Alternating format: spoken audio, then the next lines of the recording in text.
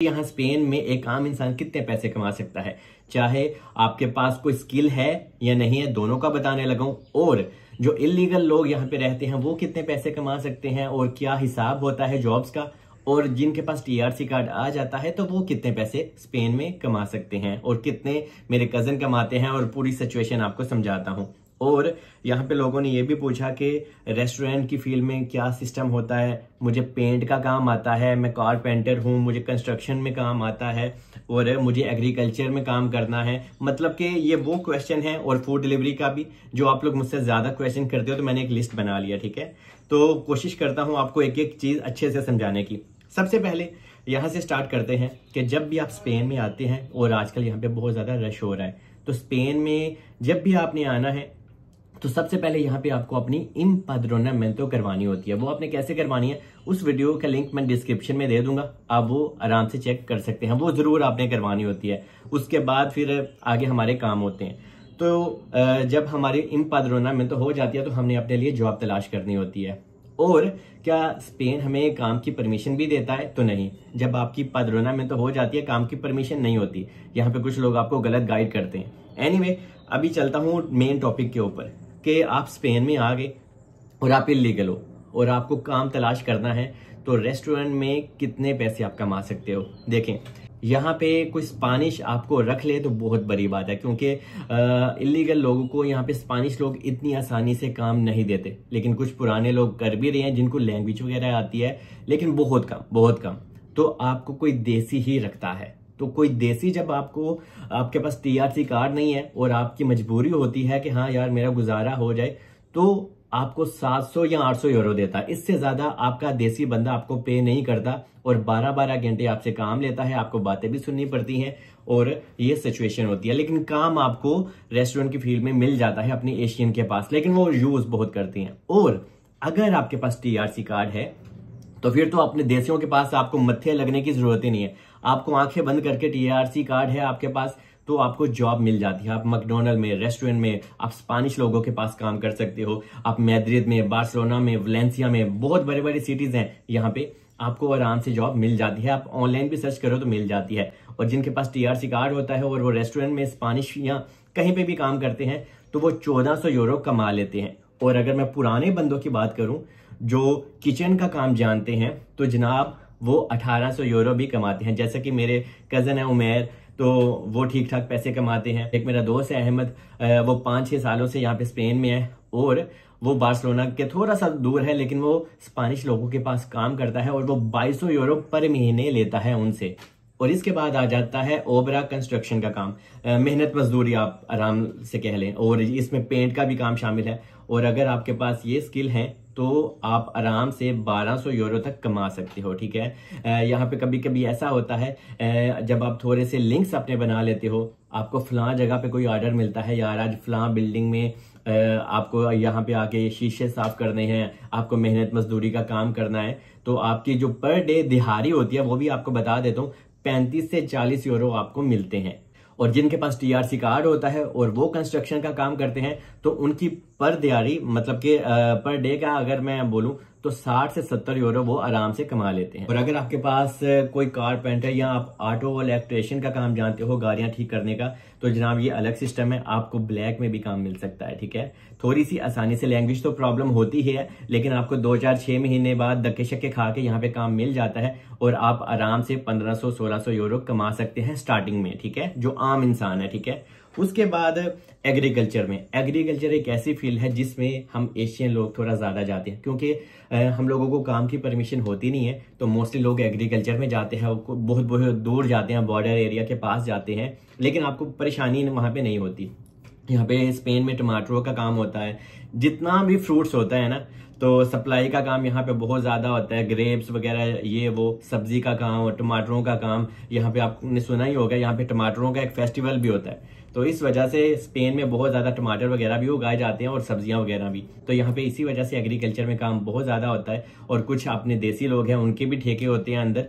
तो एग्रीकल्चर में जब आप काम करते हैं तो ऑब्वियसली आपके पर डे 40 से 45 यूरो बन जाते हैं। तो आप खुद ही हिसाब लगा लें कि पर डे अगर आपको 40-45 यूरो मिलते हैं तो आपके महीने के कितने बन जाएंगे। और इस बीच में एग्रीकल्चर में आपके 7 दिन नहीं लगते। कभी कभी बारिश आ जाती है, एग्रीकल्चर में ओपन फील्ड होती है, कुछ फील्ड ऊपर से कवर भी होती है, तो बारिश आ भी जाए तो प्रॉब्लम नहीं होती, लेकिन मोस्टली जो फील्ड होती है वो ओपन होती है।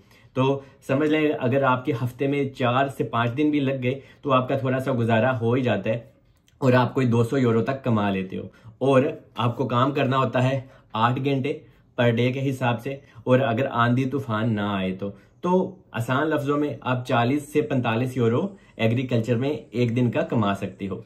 क्योंकि यहाँ पे स्पेन में एग्रीकल्चर में मोस्टली वो काम करते हैं जिनको काम की परमिशन नहीं होती, तो वो कहते हैं यार कोई नहीं, हमें 35-40 यूरो भी मिल रहे हैं तो हमारा गुजारा चल रहा है और हमें पेपर्स मिलने का एक होप भी मिल रही है। क्योंकि स्पेन में हमने सर्वाइव ही करना है 2-3 साल, क्योंकि उसके बाद हमारे पास पेपर्स आ जाते हैं तो हम बहुत कुछ कर सकते हैं।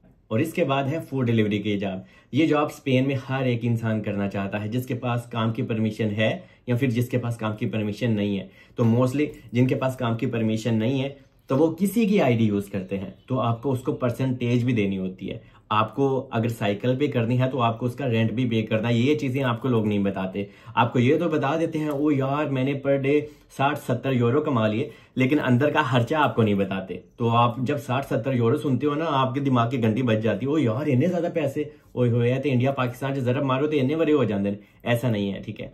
अगर आप फूड डिलीवरी का काम करते हैं, किसी की आईडी के ऊपर करते हैं, पहले तो आजकल थोड़ी सी चेकिंग भी हुई है, लेकिन कोई मसला नहीं, सारी दुनिया सारे लोग कर रहे हैं यहाँ पे। तो आपने भी जिंदा रहने के लिए कुछ ना कुछ तो करना ही है, बस चोरियां चकारियां ना करो, बाकी सत्ते ही हैरान है। तो आप आराम से फूड डिलीवरी में पर डे 60 से 70 यूरो कमा सकते हो, लेकिन आपको 10 घंटे काम करना होता है। अगर आपकी अपनी आईडी है फिर तो आपका सब कुछ बहुत ही अच्छा है, आप 12 घंटे भी काम कर सकते हैं और 70-80 यूरो भी पर डे कमा सकते हैं। उसमें आपका थोड़ा सा टैक्स भी जाता है, उसमें आपकी बाइक के खर्चे भी आप निकाल लें। तो अगर सारे खर्चे निकाल के अगर मैं बात करूं तो आपके पास 50 यूरो से 55 यूरो आराम से एक दिन में बच जाता है। और स्पेन में अगर मैं बेसिक सैलरी की बात करूं तो 1184, आप 1200 ही ले लिया आराम से ऊपर नीचे करके, कि 1200 यूरो यहाँ पे जो बेसिक सैलरी है वो मिलती है। लेकिन 1200 अगर आप एशियन के पास काम करते हैं और आपके पास टीआरसी कार्ड नहीं है, काम की परमिशन नहीं है, तो आपको 1200 नहीं मिलता। तो ये चीजें भी आपको और हकीकत पता होनी चाहिए। लेकिन अगर आप स्पेनिश के पास काम करते हैं तो आपको 1200 से भी ज्यादा मिलता है, आपको 1400 मिल सकता है, आपको 1600 मिल सकता है। जितने जितने आप पुराने होते जाते हैं और जितना आपका तजर्बा ज्यादा होता है तो उसी हिसाब से फिर आपके पैसे बढ़ते जाते हैं। लेकिन एक आम इंसान अगर आपको स्टार्टिंग में किसी स्पेनिश बंदे ने रख भी लिया ना, तो आपको फिर भी 1200 यूरो 1100 यूरो आराम से मिलेगा। और एक बहुत ही ज्यादा क्वेश्चन है कि सलमान मुझे कोई काम नहीं आता और अगर मैं किसी रेस्टोरेंट में या होटल में डिश वॉशर का काम करता हूं तो मैं स्पेन में कितने पैसे कमा सकता हूं। तो आपको बता दूं कि अगर आप डिश वॉशर का काम करते हैं किसी स्पेनिश के पास तो वहां पे भी आपके 45 से 50 यूरो पर डे के हिसाब से बन जाते हैं। लेकिन अगर आप किसी देसी के पास काम करते हो डिश वॉशर का और आपके पास काम की परमिशन नहीं है तो आपको वो 30 से 35 यूरो एक दिन में दे सकता है, और वो भी रो के। तो ये भी चीजें आपको मालूम होनी चाहिए। और जो स्पेन की गवर्नमेंट है अभी ये बेसिक सैलरी को थोड़ा सा बढ़ाने इंक्रीज भी करने वाली है, क्योंकि यहाँ पे लोगों के खर्चे बहुत ज्यादा होते हैं और अगर कोई फैमिली के साथ रहता है तो बहुत ज्यादा आपके एक्सपेंस हो जाते हैं। तो हो सकता है कि सैलरी जो सी है ना 1200 से 1300 की बिटवीन हो जाएगी, और ये गुड न्यूज भी आपको हो सकता है थोड़ी जल्दी ही मिले। और जो लोग हाई स्किल में काम करते हैं, मतलब कि जिनकी एजुकेशन बहुत अच्छी होती है और जो रिमोटली भी काम करते हैं, तो उनका एक सीन ही अलग होता है। कुछ लोग अपनी कंपनी भी यहाँ पे स्पेन में ओपन कर लेते हैं और वो ऑनलाइन अपना बिजनेस करते हैं, तो वो ठीक ठाक पैसे भी कमा लेते हैं। लेकिन उनकी प्रोफाइल अलग होती है, उनकी फील्ड अलग होती है। और अगर आपकी फील्ड आईटी इंजीनियरिंग से रिलेटेड है और आपको स्पेन में जॉब मिल जाती है तो जनाब आपकी जो बेसिक सैलरी लगेगी वो 2000 से प्लस लगेगी। 2200 लग सकती है, 2500 लग सकती है, मतलब कि 2000 से प्लस ही होगी। अगर मेरे कजन की मैं बात करूं तो वो मैकडोनल्ड में काम करता है और वो हर महीने 1200 से 1300 यूरो कमा लेता है और 2 दिन उसकी छुट्टी होती है और 8 घंटे ही काम होता है। और एक मेरे दोस्त है मोहसिन, उनका नाम है, तो वो इंजीनियरिंग की जॉब करते हैं, उनके पास टीआरसी कार्ड भी है। तो जनाब उनकी जो सैलरी है वो 3200 यूरो उनको मिलती है, लेकिन उसमें से उन्होंने टैक्स भी देना होता है। और उनको यहाँ पे सिर्फ अभी जॉब मिले तकरीबन 5 से 6 महीने ही हुए हैं, क्योंकि उनको टीआरसी कार्ड ही 5-6 महीने पहले मिला है। तो उनकी जो टैक्स कट कटा के उनको पैसे मिलते हैं वो 2400 यूरो 2500 यूरो के लगभग उनको मिल जाता है हर महीने। और अगर आपके पास स्पेन में ड्राइविंग लाइसेंस है और आप टैक्सी का काम करते हैं तो आप पर महीने 5 से 6,000 यूरो कमा सकते हैं, जैसे कि मेरा कजन कमाता है। उस वीडियो का भी लिंक मैं डिस्क्रिप्शन में दे दूंगा। लेकिन आपको यहाँ पे लाइसेंस करने के लिए बहुत ज्यादा पापड़ भी बेलने पड़ते हैं। और अगर आप स्पेन में अपनी टैक्सी का काम करना चाहते हैं तो आपने कहां से स्टार्ट करना है, कितने आपके पैसे लग जाते हैं, A to Z उस वीडियो का लिंक मैं डिस्क्रिप्शन में दे दूंगा, और कितने पैसे वगैरह आप कमा सकते हैं। और मेरे कजन की पूरी डिटेल और पूरा सिचुएशन आपको उसी वीडियो में मिल जाएगा। आपको लाइसेंस को कन्वर्ट करवाना होता है, आपको लाइसेंस नया लेना होता है स्पेन में, और बाद में टैक्सी का अगर आपने लाइसेंस लेना होता है तो जनाब आपको ठीक ठाक पैसे पे करने पड़ते हैं। समझ लें कोई 1.5 करोड़ इंडियन रुपीज आपको पे करना पड़ सकता है खाली टैक्सी का काम स्टार्ट करने के लिए। तो ये चीज भी आपके माइंड में होनी चाहिए। और अगर आप नॉर्मल उबर और बोल्ट का काम करते हैं, किसी की रेंट के ऊपर गाड़ी लेके, टैक्सी ब्लैक टैक्सी एक अलग चीज है, और जो नॉर्मल उबर और बोल्ट है वो स्पेन में एक अलग चीज है। और अगर आप नॉर्मल ये बोल्ट उबर का काम करते हैं तो भी आप अच्छे ही पैसे कमा लेते हैं।